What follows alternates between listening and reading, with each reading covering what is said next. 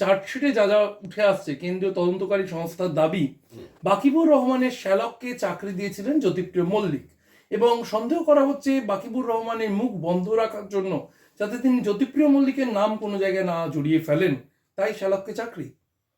এর সঙ্গে আমি একমত নই।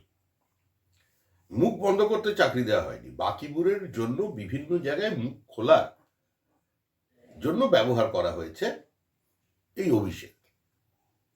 একে তো প্রথমে খাদ্য দপ্তরে চাকরি দেওয়া হয়েছিল, পরে আবার বন দপ্তরে ট্রান্সফার করিয়ে নিয়ে আসা হয়েছে। ক্ষমতার অলিন্দে এই অভিষেকের ছিল স্বচ্ছন্দ গতিবিধি।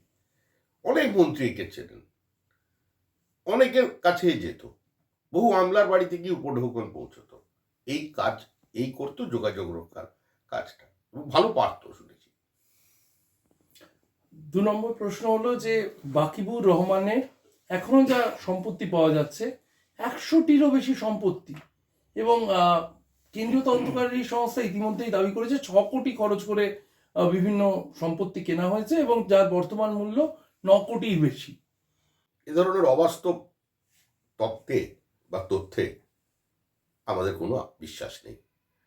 বাকিবুররা সংগঠিতভাবে যে দুর্নীতিটা করেছে তার যদি ঠিক পরিসংখ্যান নেওয়া যায়, তাহলে সেটা হাজার হাজার কোটি টাকা ছাড়িয়ে যাবে, এবং দেখা যাবে ভারতবর্ষের সর্বকালীন যে বড় অর্থনৈতিক কেলেঙ্কারিগুলো হয়েছে তার মধ্যে একটা জায়গায় জায়গা করে দেবে। সংঘবদ্ধভাবে বাকিবুর, জ্যোতিপ্রিয় এবং গোটা তৃণমূল কংগ্রেস মিলে এই দুর্নীতিকে সংগঠিত করেছে।